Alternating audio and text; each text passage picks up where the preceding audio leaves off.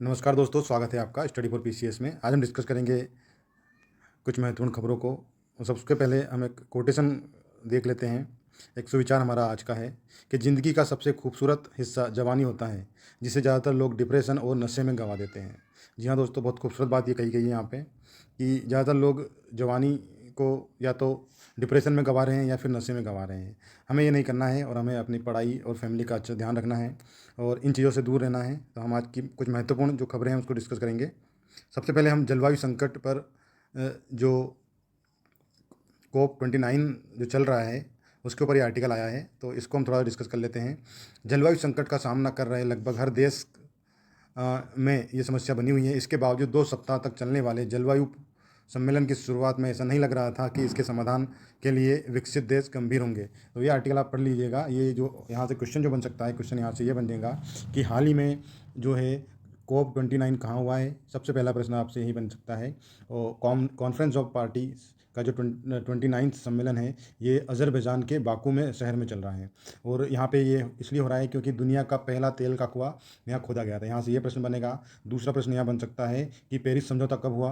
तो पेरिस समझौते के अकॉर्डिंग सभी देशों को यहाँ पे काम करने के लिए कहा गया है, जिससे कि अमेरिका पीछे हट रहा है। आपको पता होगा, पहले भी डोनाल्ड ट्रंप रहे हैं, उन्होंने स्पष्ट कहा था कि हम इन फालतू के खर्चों में नहीं उलझेंगे और हम हमारे देश के हितों की रक्षा के लिए इन सब से बाहर निकलना चाहते हैं। और इससे पहले भी जो है डोनाल्ड ट्रंप अपने वादे से मुकर चुके हैं कि हम जलवायु संकट से देशों को बचाएंगे।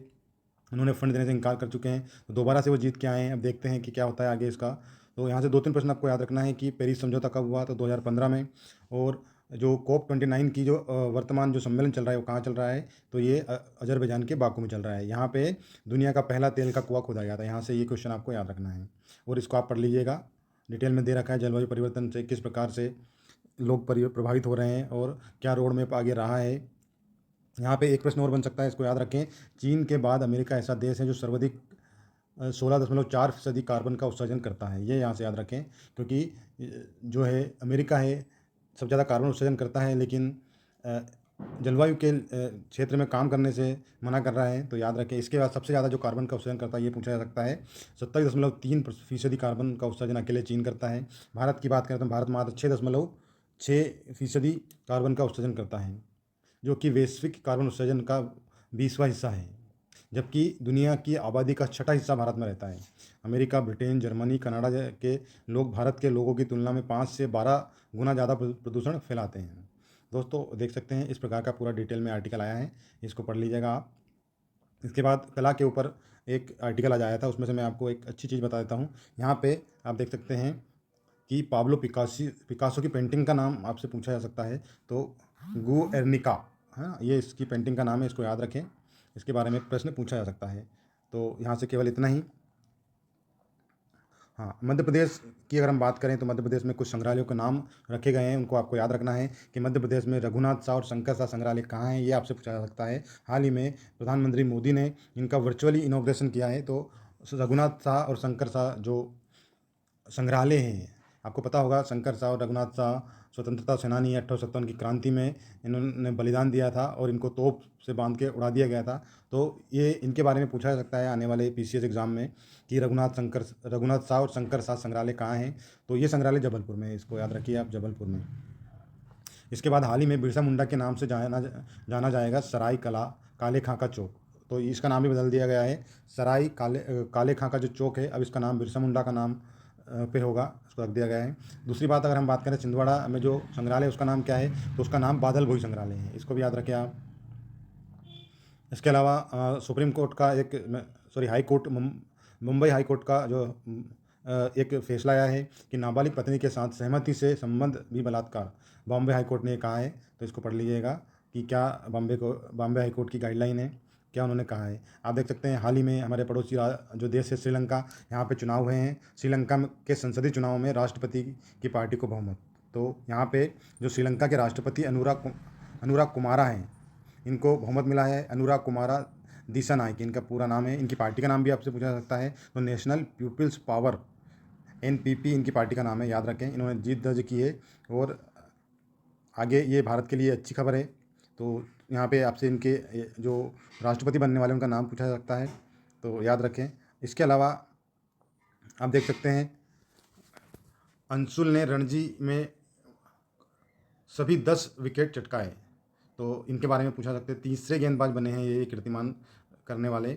इनसे पहले हरियाणा के तेज गेंदबाज अंशुल कंबोज ने शुक्रवार को रणजी ट्रॉफी के में इतिहास में एक पारी में सभी 10 विकेट लेने वाले तीसरे गेंदबाज बन गए हैं।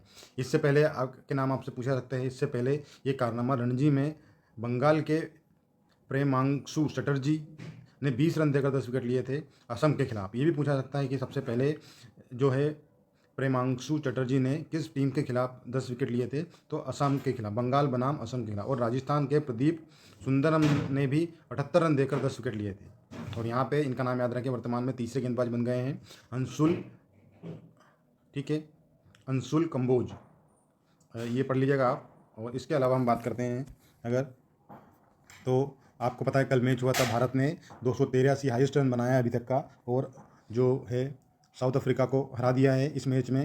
आपको पता होगा इस मैच में जो है तिलक वर्मा और संजू सैमसन ने बेहतरीन पारी खेली है, और संजू ने 56 गेंदों का सामना करते हुए 7 की पारी खेली। वहीं पे तिलक वर्मा ने मात्र 47 गेंदों में 9 चौके और 10 छक्के की मदद से T20 क्रिकेट में लगातार दूसरा शतक जड़ने वाले भारतीय बने हैं।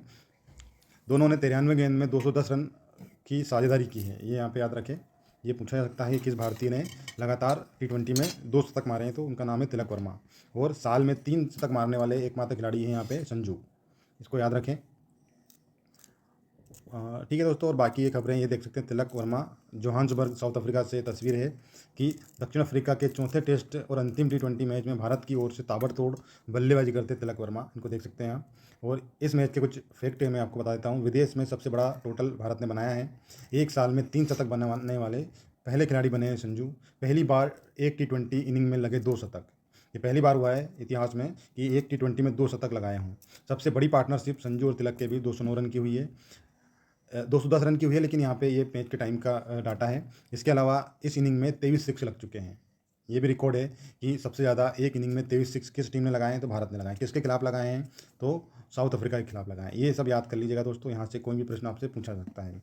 और अगर आपको आज का हमारा वीडियो पसंद आया है तो आप कमेंट करके बताएं, ताकि हम रोज़ इस प्रकार की खबरें आपके लिए लेके आएँ।